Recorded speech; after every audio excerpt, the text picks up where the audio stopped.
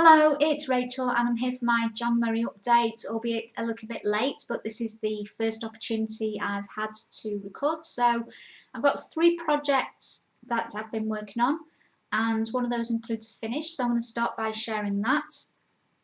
This is Designworks Cocoa Snowmen Ornaments and it's worked on 14 count plastic canvas.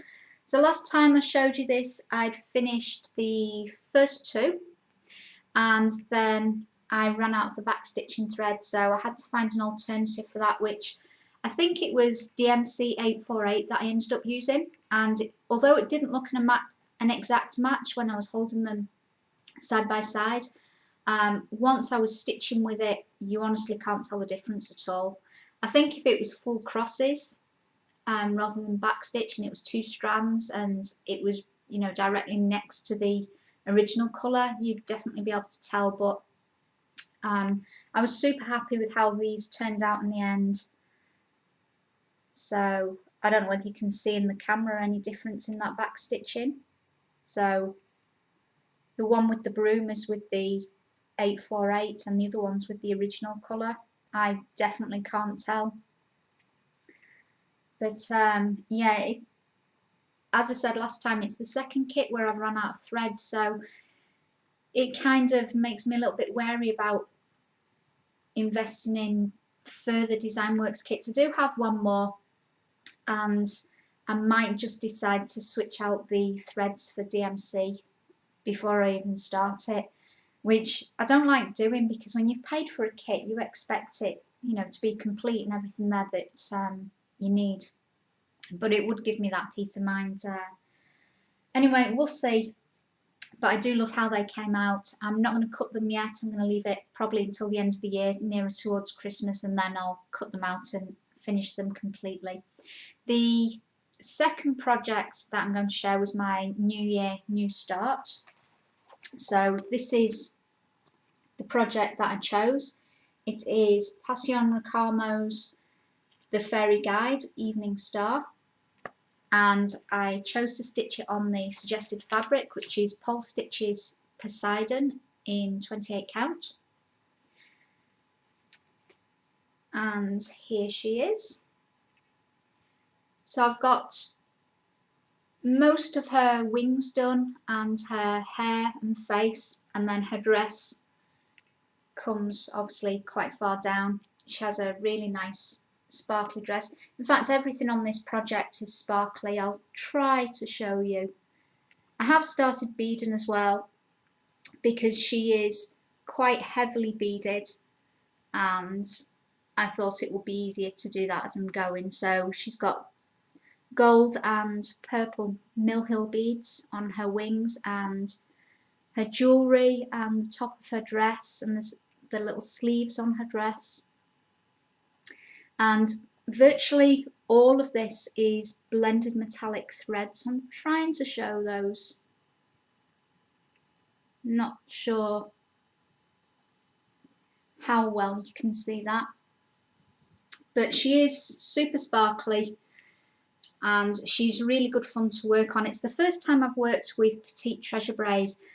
I've only worked with either Kreinik or the DMC Light Effects, and I don't mind the Kreinik too much apart from the blending filaments. The actual braids are okay, but the Petite Treasure Braid is much nicer to work with. And since most of this project seems to be blended metallic threads, that's just as well really. So if you don't like metallics and you don't like blended threads, you might not fancy doing that project, but she's so pretty and it's really good fun to work on, so really pleased with that one. The final project that I've been working on is my oldest whip. It's a dimensions kit called 12 Days of Christmas, and here is where I'm up to on this one. So I'd done the partridge and the turtle dove, and so now I've done the French hen, and I'm starting on the what would be a calling bird, but dimensions have used a cardinal to represent that. I'm not sure that's exactly traditional, but the Cardinal is there nonetheless, and you know, I like cardinals. It's pretty and it goes with the colour scheme. So, but yeah, I'm really pleased with this one as well. There's a little bit of metallic in here. It's not the easiest metallic to work with. Quite a lot of back stitching. So I did all the back stitching across here as well. That wasn't done. I'd done the down here on the holly, but none of this going along. So there's the addition, the French hen, and then I'm all the way to the end for the cardinal. I do need to put the holly berries on, so kind of scattered all through the border that separates the different days. There should be French knots, but I've decided I want to use some beads for those. So I'll probably finish the whole block and then add the beads, and then do the next 4 boxes and add the beads, and do it as I'm going along. I think that is everything. I haven't worked on anything else. I've had a couple of weeks where I've not been able to stitch because I've had other things to do, or I've just wanted to do other things. But that's quite a lot of stitching for me for this time of year. So hopefully I can maintain that and carry on stitching every day. I'm going to stick with the 12 days piece for now, for the first half of February, and get that top row done and probably the beads, and then pick up one of my other projects that still that I've yet to work on this year. So I've got my Marjolin Bastin 4 Seasons, and I've also got a Dimensions seasonal wreath. I don't think it's called that, but it's you'll see it next time because I'll have worked on it by then.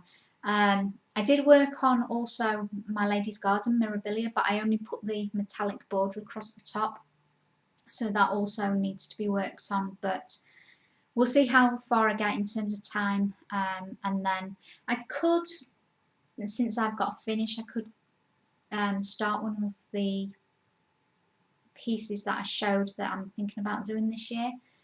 I'm not sure yet. I want to wait until I've worked on everything and maybe have something else that's closer to a finish. Otherwise, I don't really feel like I'm making that much progress. But yeah, we'll see how it goes. I might change my mind on that and start 30 things. You never know. So I'm just gonna stitch what I want when I want, and see where that takes me. Anyway, they are my projects. Hope you enjoyed the update, and I look forward to seeing you again soon. All right, bye bye.